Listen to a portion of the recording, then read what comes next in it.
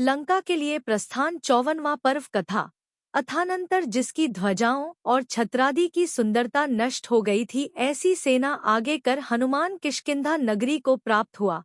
तदनंतर किष्किंधा निवासी मनुष्यों की सागर के समान अपार भीड़ ने बाहर निकलकर जिसके दर्शन किए थे, जो धीर था तथा स्वभाव से ही उत्तम चेष्टाओं का धारक था, ऐसे हनुमान ने नगर में प्रवेश किया।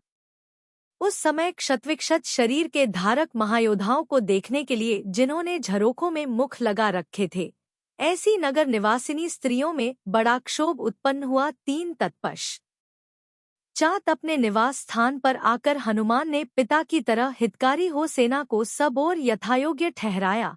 तदनंतर राजा सुग्रीव के साथ मिलकर लंका में जो कार्य हुआ था वह उसे बतलाया। तत्पश्चात समाचार देने के लिए राम के चरण मूल में गया। उस समय श्रीराम इस प्रकार की चिंता करते हुए बैठे थे कि सत्पुरुष हनुमान आकर मुझसे कहेगा कि हे भद्र, तुम्हारी प्रिया जीवित है। अत्यंत सुंदर शरीर के धारक राम क्षीण हो चुके थे तथा उत्तरोत्तर क्षीण होते जा रहे थे। वे वियोगरूपी अग्नि से उस तरह आकुलित हो रहे थे जिस तरह की दावानल से कोई हाथी आकुलित होता है। 7 वे महाशोकरूपी पाताल में विद्यमान थे तथा समस्त संसार से उन्हें द्वेष उत्पन्न हो रहा था।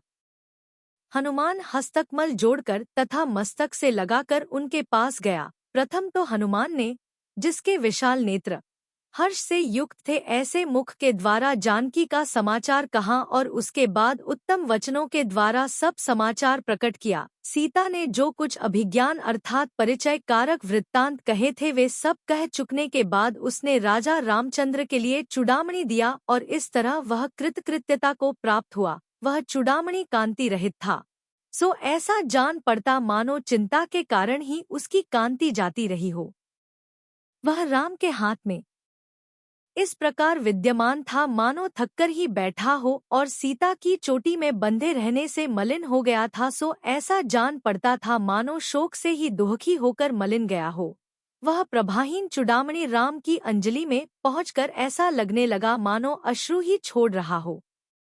राम ने उसे बड़ी उत्सुकता के कारण नेत्रों से देखा था या पिया था या उससे कुशल समाचार पूछा था, सो कहने में नहीं आता। दुर्बलता के कारण जिसको अंगुलियां विरल हो गई थी, ऐसी अंजलि में विद्यमान तथा जिससे किरण रूपी धाराओं का समूह झर रहा था, ऐसे उस चूड़ामणि के प्रति राम ने शोक प्रकट किया। तदनंतर किरणों के प्रकाश से जिसने अंजलि भर दी थी, ऐसे उस चूड़ामणि को राम ने मस्तक पर धारण किया। उस समय ऐसा जान पड़ता था मानो उस चूड़ामणि ने स्वयं रोकर ही जल की अंजलि भर दी हो। प्रिया के उस अभिज्ञान को राम ने अपने जिस अंग पर धारण किया, उसी ने मानो सीता का आलिंगन प्राप्त कर लिया था। उस समय उनके समस्त अंगों में, जिसकी संभावना भी नहीं थी, ऐसा सर्वव्यापी कठोर तथा सघन रोमांच निकल आया मानो हर्ष का निर्झर ही फूट पड़ा हो। राम ने बड़े संभ्रम के साथ हनुमान का आलिंगन कर उससे पूछा कि क्या सचमुच ही मेरी कोमलांगी प्रिया प्राण धारण कर रही है, जीवित है? इसके उत्तर में हनुमान ने नम्रीभूत होकर कहा कि हे नाथ, जीवित है। मैं अन्यथा समाचार नहीं लाया हूँ। हे राजन, सुखी होइए, किंतु इतना अवश्य है कि गुणों के समूह को नदी स्वरूप वह बाला तुम्हारे विरहरूपी दावानल के मध्य में वर्तमान है, अश्रुओं के द्वारा दुर्दिन बना रही है, निरंतर वर्षा करती रहती है। 19 वेणी बंधन के छूट जाने से उसके केश कांतिहीन हो गए हैं। वह अत्यंत दुखी है, बार बार दीनता पूर्वक सांसें भरती है और चिंतारूपी सागर में डूबी है। 20 वह कृशोद्री तो स्वभाव से ही थी, पर अब आपके वियोग से और भी अधिक कृशोद्री जान पड़ती है।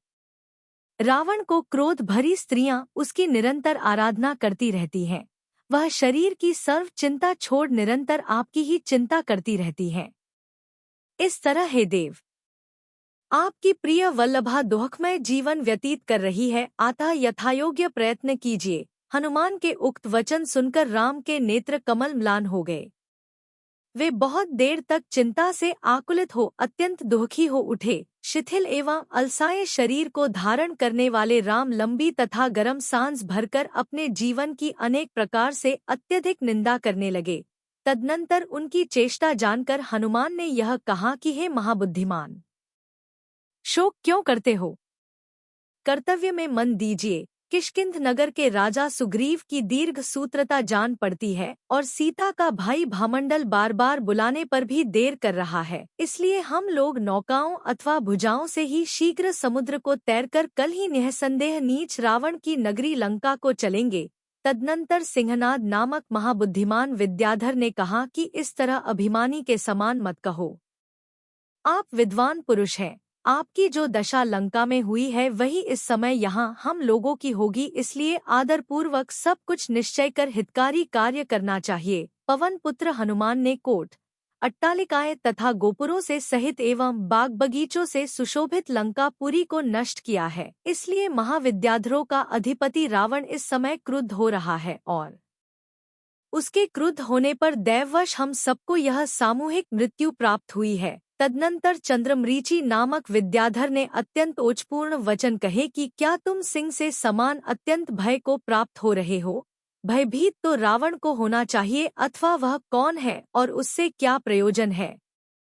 उसने अन्याय किया है, इसलिए मृत्यु उसके आगे नाच रही है। हमारे पास ऐसे बहुत विद्याधर राजा हैं जो महावेगशाली हैं तथा जिन्होंने हजारों बार अपने चमत्कार दिखाए हैं। उनके नाम हैं घनगति, तीव्र, भूतनाद, गजस्वन, क्रूर, केलिकिल, भीम, कुंड, गोड़ती, अंगद, नल, नील, तडिद्वक्त्र, मंदर, अश्नि, अर्णव, चंद्रज्योति, मृगेंद्र, वज्रदंष्ट, दिवाकर, उल्का और लांगूल नामक दिव्य अस्त्रों के समूह में निर्वाध पौरुष को धारण करने वाला हनुमान, महाविद्याओं का स्वामी भामंडल, तीक्ष्णपवन के समान पराक्रम का धारक महेंद्रकेतु, अद्भुत पराक्रमी प्रसन्नकीर्ति और उसके महाबलवान पुत्र। इनके सिवाय किष्किंधनगर के स्वामी राजा सुग्रीव के और भी अनेक महापराक्रमी सामंत हैं, जो कार्य को प्रारंभ कर बीच में नहीं छोड़ते, आज्ञाकारी हैं और आदेश की प्रतीक्षा कर रहे हैं। 35-39। तदनंतर चंद्रमरीचि के वचन सुनकर विद्याधरों ने अपने नीचे नेत्र विनयपूर्वक राम के ऊपर लगाए, अर्थात उनकी ओर देखा। तत्पश्चात जिसका सौम्य भाव अव्यक्त था, ऐसे राम के मुख पर उन्होंने वह भयंकर भ्रिकुटी का जाल देखा जो कि यमराज के लतागृह निकुंज के समान जान पड़ता था। उन्होंने देखा कि श्रीराम लंका की ओर जो लाल लाल दृष्टि लगाए हुए हैं, वह राक्षसों का क्षय सूचित करने के लिए उदितकेतु की रेखा के समान जान पड़ती है। तदनंतर उन्होंने देखा कि राम ने वही दृष्टि अपने उस सुदृढ़ धनुष पर लगा रखी है जो चिरकाल से मध्यस्थता को प्राप्त हुआ है तथा यमराज की भ्रिकुटी रूपी लता की उपमा धारण करने वाला है। उनका केशों का समूह क्रोध से कंपित तथा शिथिल होकर बिखर गया था और ऐसा जान पड़ता था मानो अंधकार के द्वारा जगत को व्याप्त करने के लिए यमराज का खजाना ही खुल गया था। तेजोमंडल के बीच में स्थित उनका उस प्रकार का मुख ऐसा जान पड़ता था मानो प्रलयकाल का देदीप्यमान तरुण सूर्य ही हो। इस तरह राक्षसों का नाश करने के लिए जो गमन संबंधी उतावली कर रहे थे, ऐसे राम को देखकर उन सब विद्याधरों के मन क्षुभित हो उठे तथा सब शीघ्र ही प्रस्थान करने के लिए उद्यत हो गए। अथानंतर राम की चेष्टाओं से प्रेरित हुए समस्त विद्याधर चंद्रमरीचि की वाणी का सम्मान कर आकाश मार्ग से चल पड़े। उस समय वे सब विद्याधर नाना प्रकार के शस्त्र धारण किए हुए थे और उत्तमोत्तम संपदाओं से सहित थे। युद्ध की उत्कंठा से युक्त राम और लक्ष्मण ने ध्वनि के द्वारा गुफाओं को पूर्ण करने वाले प्रयाणकालिक बाजे बजवाकर प्रस्थान किया। मार्गशीर्ष वदी पंचमी के दिन सूर्योदय के समय उन सबका प्रस्थान हुआ था और प्रस्थान काल में होने वाले निम्नांकित शुभ शकुनों से उनका उत्साह बढ़ रहा था। उस समय उन्होंने देखा कि निर्धूम अग्नि की ज्वाला दक्षिणावर्त से प्रज्वलित हो रही है। समीप ही मयूर मनोहर शब्द कर रहा है। उत्तमोत्तम अलंकारों से युक्त स्त्री सामने खड़ी है। सुगंधि को फैलाने वाली वायु बह रही है। निर्ग्रंथ मुनिराज सामने से आ रहे हैं। आकाश में छत्र फिर रहा है। घोड़ों की गंभीर हिनहिनाहट फैल रही है। घंटा का मधुर शब्द हो रहा है। दही से भरा कलश सामने से आ रहा है। बाईं ओर नवीन गोबर को बार बार बिखेरता तथा पंखों को फैलाता हुआ काक मधुर शब्द कर रहा है। भेरी और शंख का शब्द हो रहा है।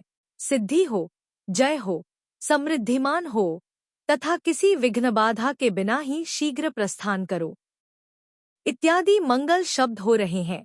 इन मंगल रूप शुभ शकुनों से उन सब का उत्साह वृद्धिंगत हो रहा था। चारों दिशाओं से आए हुए विद्याधरों से जिसकी सेना बढ़ रही थी और इसलिए जो शुक्ल पक्ष के चंद्रमा की उपमा धारण कर रहा था, ऐसा सुग्रीव चलने के लिए उद्यत हुआ, जो नाना प्रकार के यान और विमानों से सहित थे तथा जिनका वाहनों पर नाना प्रकार की पताकाएं फहरा रही थी। ऐसे वे सब विद्याधर राजा वेग से आकाश में जाते हुए अत्यधिक सुशोभित हो रहे थे। किष्किंध नगर के राजा सुग्रीव, हनुमान, शल्य, दुर्मर्शन, नल, नील, काल, सुषेण तथा कुमुद आदि राजा आकाश में उड़े जा रहे थे, सो जिनकी ध्वजाओं में अत्यंत देदीप्यमान वानर के चिन्ह थे, ऐसे ये महाबलवान विद्याधर ऐसे जान पड़ते थे मानो आकाश को ग्रसने के लिए ही उद्यत हुए हों। विराधित की ध्वजा में निर्झर के समान हार, जाम्बव को ध्वजा में महावृक्ष, सिंहरव की ध्वजा में व्याघ्र, मेघकांत की ध्वजा में हाथी तथा अन्य विद्याधरों की ध्वजाओं में वंश परंपरा से चले आए अनेक चिन्ह सुशोभित थे। ये सभी उज्ज्वल छत्रों के धारक थे। अत्यंत तेजस्वी भूतनाद उनके आगे चल रहा था और लोकपाल के समान हनुमान उसके पीछे स्थित था। यथायोग्य सामंतों के समूह से घिरे परम तेजस्वी तथा हर्ष से भरे वे सब विद्याधर लंका जाते हुए अत्यधिक सुशोभित हो रहे थे।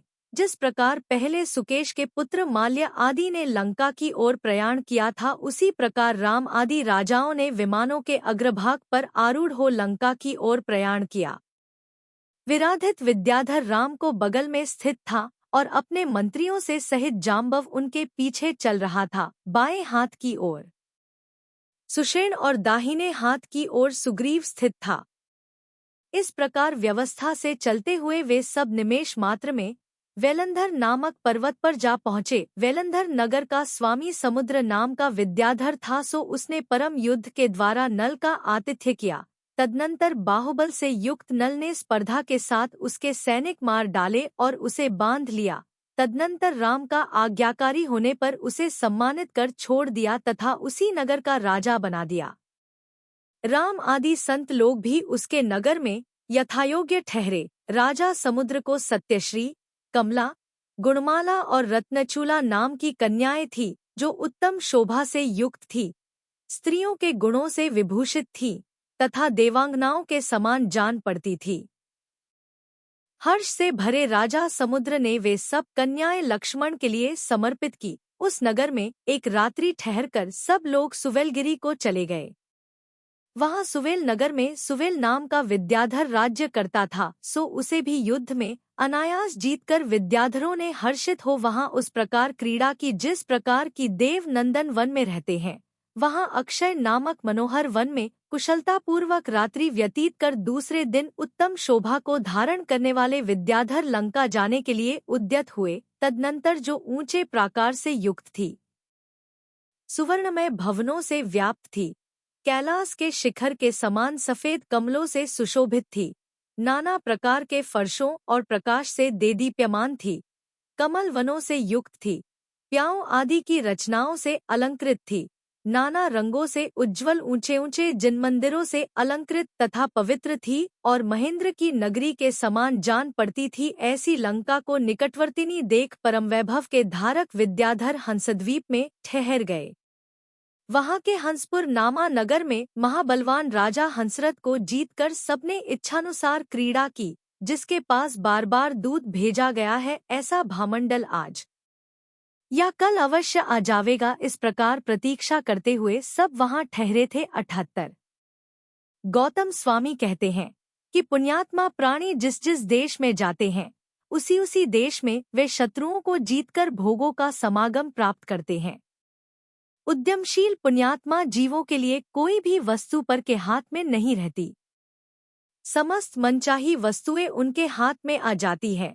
इसलिए जो भव्य संसार में उत्तम भोग भोगना चाहता है, उसे जिनेंद्र देव के मुखारविंद से उदित सर्वश्रेष्ठ प्रशंसनीय धर्म का पालन करना चाहिए, क्योंकि भोगों का नश्वर संगम तो दूर रहा, वह इस धर्म के प्रभाव से सूर्य से भी अधिक उज्ज्वल मोक्ष को प्राप्त कर लेता है। 80 इस प्रकार आर्ष नाम से प्रसिद्ध रविशेणाचार्य कथित पद्मपुराण में लंका के लिए प्रस्थान का वर्णन करने वाला 54वां पर्व समाप्त हुआ।